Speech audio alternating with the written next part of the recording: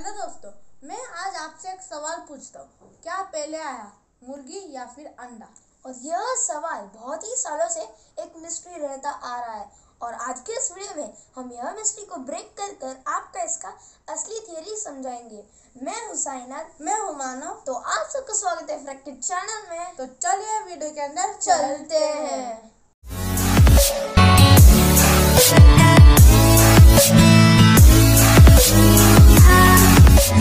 हमें खुश करने वाला एक ही चीज़ होता है और वो है फनी। हाँ, तो आज हम हमारे हिस्ट्री में जो फनी इंसिडेंट्स हुए हैं उनके बारे में देखने वाले हैं, जो आपको बहुत ज़्यादा हंसा भी सकती है। अगर आप स्कूल में पढ़ते हैं या फिर कॉलेज में पढ़ते हैं या फिर घर में हैं, आप सबको किसी ना किसी ने यह क्वेश्चन पूछा होगा, जो है मुर्गी पहले आई कि अंडा।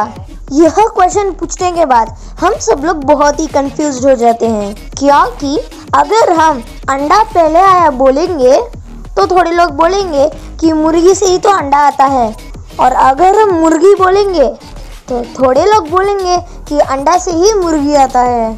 लेकिन अब इसका आंसर मिल चुका है। आप सब लोग सोचते रहेंगे, सालों से जाने वाले यह मिस्ट्री का आंसर अब मिल चुका है। हाँ, उसका आंसर मिल गया है। अगर कोई आपसे पूछेगा कि मुर्गी पहले आई है कि अंडा पहले आया है, तो आप आँख बंद करके बोल सकते हैं कि अंडा पहले आया है। अगर आप सोचते रहेंगे कि मुर्गी से ही तो अंडा आता है, यह आंसर गलत है। तो आप पूछिए कि आप जो क्वेश्चन पूछ रहे हैं वही गलत है, क्योंकि हम पूछते हैं कि मुर्गी पहले आई है कि अंडा पहले आया है, लेकिन हम कभी नहीं पूछते कि अंडा पहले आया है कि मुर्गी का अंडा पहले आया है। तो इसके हिसाब से जो अंडा है वह मिलियन सालों पहले से ही हमारे धरती में है, यानी कि जो एनिमल्स अंडा देते हैं वह सारे एनिमल्स मिलियन या फिर बिलियन ईयर से धरती में जीते आ रहे हैं। लेकिन जो मुर्गी है वह सिर्फ 1000 ईयर्स पहले ही यह धरती में आई थी। तो इसके हिसाब से अगर हम देखेंगे तो अंडा ही तो पहले आया है। हाँ ठीक है, लेकिन हम वही क्वेश्चन अभी पूछते हैं कि मुर्गी पहले आया है कि मुर्गी का अंडा। तो उसके लिए भी हमारे पास आंसर है। उसका आंसर है मुर्गी का अंडा पहले आया है, मुर्गी नहीं। आज जो मॉडर्न चिकन्स हम देख रहे हैं वह सब एक पर्टिकुलर एनिमल से ही इवॉल्व होकर आए हैं, और यह चिकन्स जिससे इवॉल्व होकर आए हैं उसका नाम है प्रोटो चिकन। जब दो प्रोटो चिकन्स मिलते हैं तभी एक डिफरेंट अंडा तैयार हुआ था, उसमें से ही आज के मॉडर्न चिकन्स बाहर आए।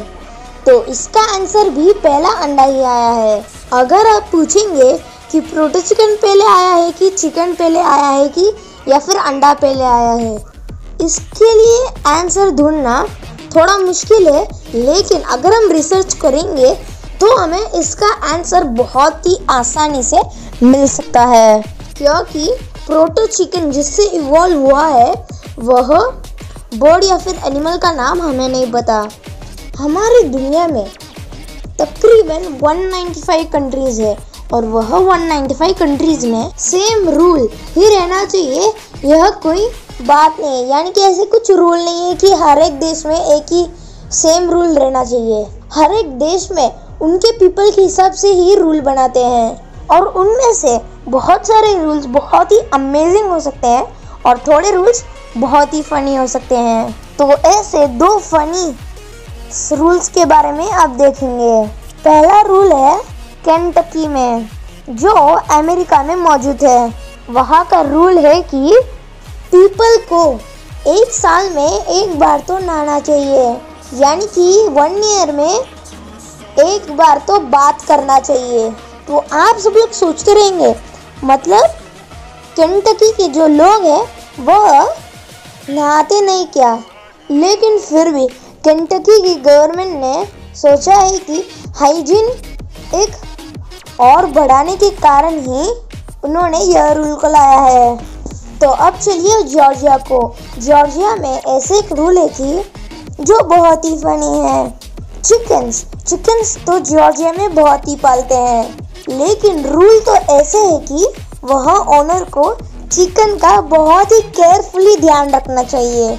यानी कि हमारे देश में जैसे हम कॉक्स और हेन्स को कहाँ भी घुमा सकते हैं, लेकिन हम जॉर्जिया में वैसे नहीं कर सकते। स्पेशली कॉक्स को तो रोड में भेजना ही नहीं चाहिए। ऐसे एक फनी रूल बनाया गया है। आपने आपके लाइफ में बहुत सारे कार रेसेस देखे रहेंगे। अब क्या आपने ऐसा एक रेस देखा है जो 100 मीटर, 200 मीटर, 500 मीटर्स भी नहीं बल्कि करोड़ों माइल्स जितना एक कार रेस। हाँ, हिस्ट्री में ऐसे भी एक रेस कंडक्ट किया गया था जो है कि कौन पूरी दुनिया को पहला घूम के आता है वही यह रेस का विनर है। और यह रेस का रूट है न्यूयॉर्क से लेके सैन फ्रांसिस्को, सैन फ्रांसिस्को से अलास्का, अलास्का से जापान, जापान से रशिया और रशिया से आखिर में यूरोप। इतना बड़ा रेस था। तो चलिए अब देखते हैं यह रेस में उनका क्या क्या सिचुएशन हुआ था। यह रूट सुनते वक्त ही आपको बहुत सारे क्वेश्चंस आए रहेंगे और उसमें से एक क्वेश्चन रहेगा कैसे गाड़ी से हम न्यूयॉर्क से लेके जापान जा सकते हैं, क्योंकि उसके बीच में बहुत ही बड़ा पैसिफिक ओशन है। यह रेस 1908 फरवरी मंथ में हेल्ड किया जाता है। जैसे आप सबको पता है 1908 मतलब बहुत ही पुराना ज़माना। तभी गूगल मैप्स या फिर गूगल नेविगेटर ऐसे कुछ नहीं था, इसीलिए जो कार चलाने वाले थे उनको यह सब नहीं पता था कि यहाँ सी है और यहाँ अच्छे रोड्स नहीं है। इसलिए इन्होंने डायरेक्ट हाथ में मैप लिया और गाड़ी चालू कर दिया। लेकिन न्यूयॉर्क से लेके सैन फ्रांसिस्को तक जाने का जो रूट है वहाँ सारे ड्राइवर्स को 41 डेज लगे। आप सोचते रहेंगे इतना दिन? हाँ, क्योंकि उन्होंने जो रूट दिया था वह पूरा कीचड़, सूखी मिट्टी, ऐसे बड़े बड़े प्रॉब्लम्स में उनकी गाड़ी फंस गई थी, इसीलिए उन्हें 41 डेज लगे।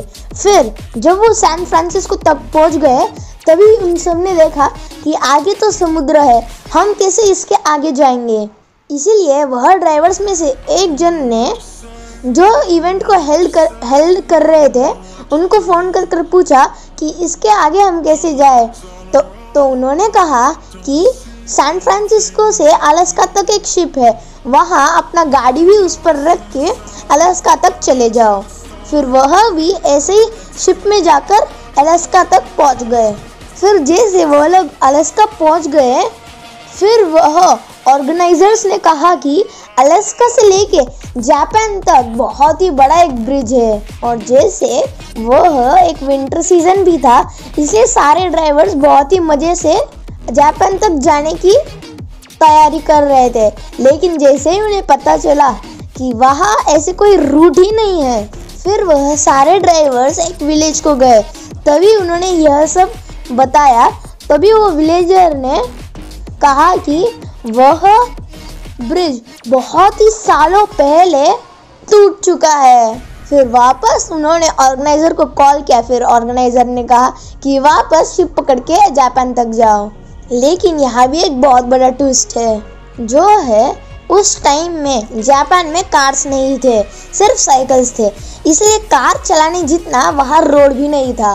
अभी उन्हें और कोई रास्ता ही नहीं है, साइकिल रूट में ही उन्हें कार भी चलाना पड़ेगा।